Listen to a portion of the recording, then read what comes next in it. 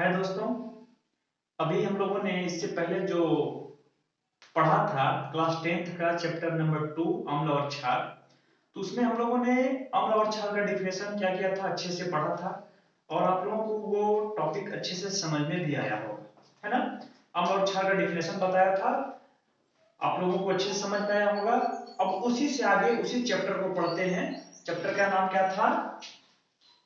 अम्ल और क्षार। अम्ल और क्षार, ये हमारा दूसरा वीडियो है उस चैप्टर का।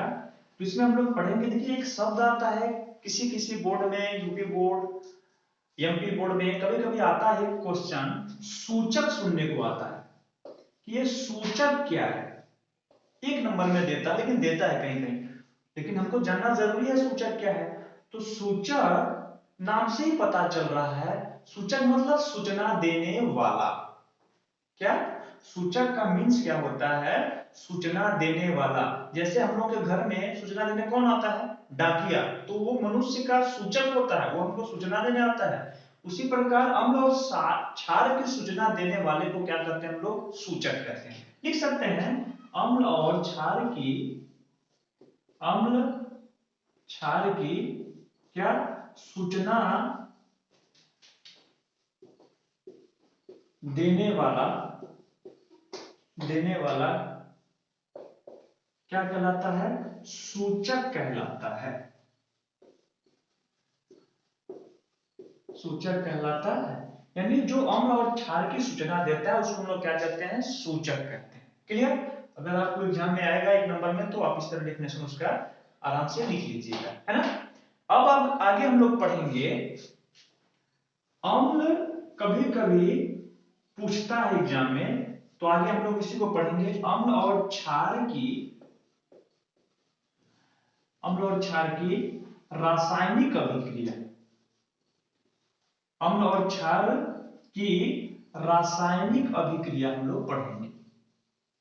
बहुत इंपॉर्टेंट टॉपिक है, इसलिए आप लोग जितना हो सके इसको ध्यान से देखेंगे, जरूर समझ में आएगा, है ना। जैसे हम लोग ने पहले टॉपिक को पढ़ा था, अम्ल क्षार का अच्छे से समझ में आया था, तो ये भी अच्छे से समझ में आएगा, एकदम गारंटी है ना।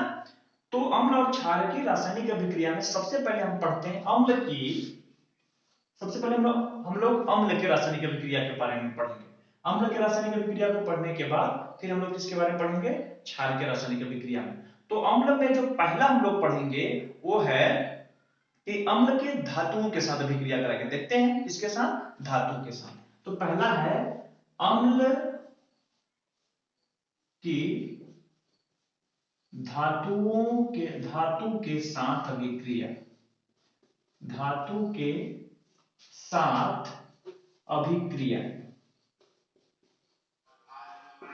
है ना, धातु के साथ अभिक्रिया। तो पहले तो हमारे ध्यान में आता होगा सर ये धातु क्या होता है ना। सबसे पहले हम अम्ल की अभिक्रिया धातु से तो कराएंगे, लेकिन हमको पहले ये पता होना चाहिए कि धातु होता क्या है। तो धातु का आप लोगों ने डेफिनेशन पढ़ा होगा केमिस्ट्री के हिसाब से, धातु वे होते हैं जो अपने अंदर से एक इलेक्ट्रॉन त्याग कर, जैसे मैंने अभी उस दिन बताया था ये सोडियम है, एक इलेक्ट्रॉन क्या करता है? त्यागता है। तो धातु वे होते हैं जो अपने अंदर से एक इलेक्ट्रॉन त्याग कर धनायन बनाते हैं। देखिए इसको, इसके ऊपर धन बना है, नहीं बना है? बना है ना। या मान लीजिए क्या है? Mg, है ना, मैग्नीशियम जिसको हम लोग बोलते हैं। ये देखिए दो इलेक्ट्रॉन त्यागता है, यानी इस पर 2 प्लस आता है ना। तो जब भी क्या होता है, कोई इलेक्ट्रॉन त्यागे और उस पर क्या बने? धन आवेश बने, धन का चिन्ह बने, तो उसको हम लोग क्या कहते हैं? धातु कहते हैं। तो ऐसे लोगों की अभिक्रिया हम किससे कराने जा रहे हैं? अम्ल के साथ कराने जा रहे हैं। तो इसमें क्या होता है, कभी कभी एग्जाम में क्वेश्चन देता कैसा है? क्वेश्चन देता है कि क्या होता है जब अम्ल की अभिक्रिया धातु से होती है। क्वेश्चन इसी प्रकार आता है, या धातु की अभिक्रिया अम्ल से कराने पर क्या होता है। तो जब भी अम्ल की अभिक्रिया हम धातु से कराएंगे तो दो चीज बनता है ना। क्या? अम्ल की अभिक्रिया, अम्ल की अभिक्रिया धातु से कराने पर, धातु से कराने पर, एग्जाम में देखिए इसी तरह लिखना है, कराने पर क्या क्या बनता है? लवण बनता है वह हाइड्रोजन कराने पर लवण व हाइड्रोजन क्या करता है, बनता है। दो चीज बनता है। जब भी हम अम्ल की अभिक्रिया धातु से कराएंगे तो दो चीज बनेगा, पहला क्या, लवण, और दूसरा क्या बनेगा, हाइड्रोजन। लवण को इंग्लिश में साल्ट बोलते हैं, है ना। तो जब भी हम एसिड की अभिक्रिया किससे कराएंगे, धातु से कराएंगे, तो हमारा लवण बनेगा और हाइड्रोजन बनता है। क्लियर। तो देखेंगे, अब इसका मैंने बताया था कि केमिस्ट्री का मतलब होता है डिफिनेशन के साथ क्या होता है, डिफिनेशन के साथ समीकरण देना जरूरी होता है। तो हम लोग समीकरण देखकर देखेंगे कैसे होता है। मान लेते हैं कोई अम्ल है HCl। क्लियर। क्या कराया हमने, लिया, या पहले इसको हिंदी में आप ऐसे लिख सकते हैं क्या, कि अम्ल प्लस किसके साथ, धातु। अभी मैंने लिखवाया डिफिनेशन में अम्ल और धातु, तो मैंने लिखा है अम्ल प्लस धातु की अभिक्रिया जब कराते हैं तो पहला क्या बनता है, लवण बनता है, दूसरा क्या बनता है, हाइड्रोजन बनता है, दूसरा हाइड्रोजन बनता है। तो देखेंगे अम्ल में अभी मैंने क्या लिया था, HCl, क्या लेंगे, HCl, ठीक ना। अब HCl जब हम लेंगे और ये एक्वा होना चाहिए, यानी विलयन होना चाहिए। क्लियर ना।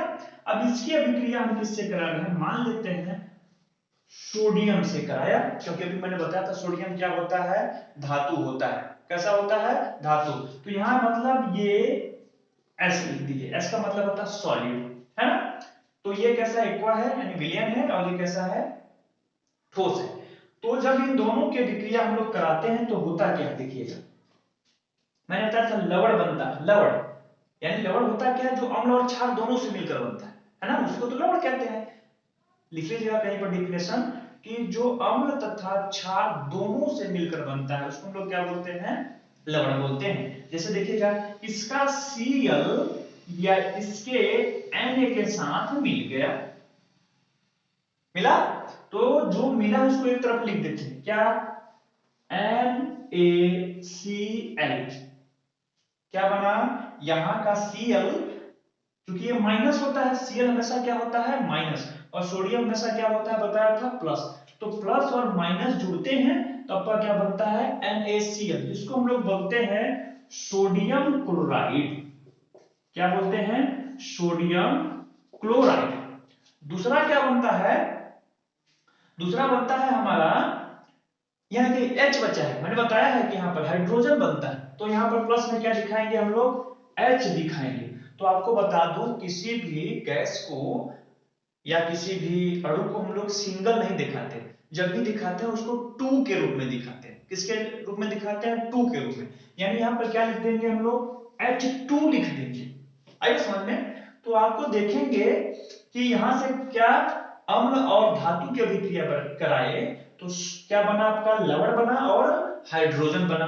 अब थोड़ा इस समीकरण को हम लोग संतुलित करके देख लेते हैं। संतुलित करने का मतलब कि दोनों तरफ अणुओं की संख्या क्या होनी चाहिए, समान होनी चाहिए। जैसे हम देखेंगे कि यहाँ पर एक H है और यहाँ पर H की संख्या कितनी है, 2 है। यहाँ पर Cl एक है, यहाँ पर Cl एक है, ठीक है। ये यहाँ पर सोडियम एक है, यहाँ पे सोडियम एक है, इसका मतलब ठीक है। बस हाइड्रोजन दोनों तरफ क्या है, ठीक नहीं है। तो यहाँ पर क्या है, 2 है ना, तो हम यहाँ पर क्या दिखा दें, 2 दिखा दें, है ना। अब यहाँ पर तो हम 2 दिखाएंगे तो हाइड्रोजन यहाँ 2 हो गया, हाइड्रोजन यहाँ 2 हो गया। लेकिन गलती कहाँ हो गया कि यहाँ पर Cl 2 हो गया और यहाँ पर Cl कितना है, 1 है। तो हम यहाँ पर क्या करेंगे, 2 लगा देंगे, तो आपका हो जाएगा, बन गया। क्लियर। तो जब भी हम क्या करेंगे, अम्ल की अभिक्रिया किसी धातु के साथ कराएंगे तो क्या बनेगा, लवण बनेगा और हाइड्रोजन गैस बनेगा। क्लियर, ठीक है। जय हिंद। अगर आप लोगों को अच्छा लगे तो जरूर लाइक कीजिएगा, सब्सक्राइब कीजिएगा। जय हिंद।